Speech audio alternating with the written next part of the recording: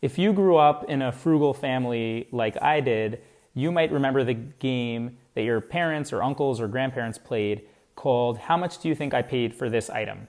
And the reason there was a game like that was because you probably had family members who would go shopping either at garage sales, thrift stores, go through the classified ads back then, whatever it may be, and bought things secondhand.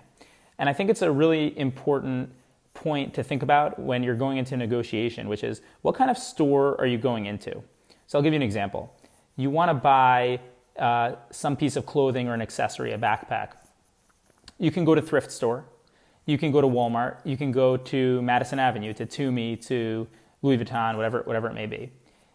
Each of those is good. Each of those is great. They're just very different. So in a negotiation in general, there are three components. There's price, scope of work, and timeline.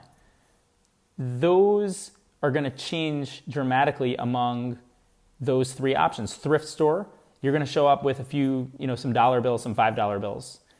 And you can get a lot of things at a thrift store or at a garage sale with a bunch of $5 bills.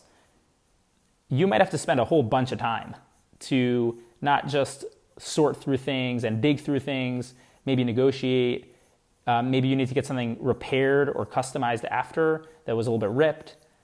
You might spend a ton of time. So the price is going to be great. The scope of work, you might have to do quite a bit. You might have to be quite a bit involved. The timeline, there might be a lot of time that you have to spend.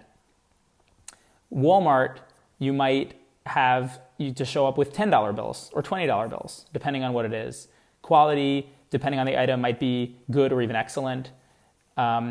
You might not get the service that you're hoping for, or maybe it's good enough. You go to Madison Avenue, they may ask you what kind of water you want to drink. Do you like sparkling, mineral? You're gonna pay for that. But if you don't have the time, or you need a certain quality, you want to make sure that accessory bag is in great shape in 20 years from now, then that might be for you. So the point here is very often people miss what kind of transaction they're going into. And so they go into a transaction that's going to be very, very expensive, thinking that this is Walmart. It's not Walmart. Or they go into a transaction that they don't mind paying, but they don't want to be involved at all. And that particular vendor needs them to be quite involved, and so on and so on. So what I always ask is, what kind of buyer are you? Are you more thrift store? Are you looking for a deal? You don't mind being involved, doing a lot of research?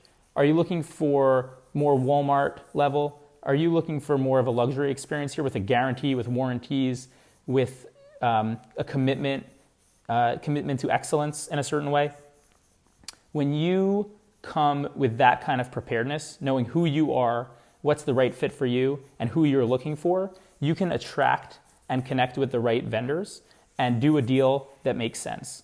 When you show up not really aware of what you need and who is across from you on the negotiating table, it can be very awkward.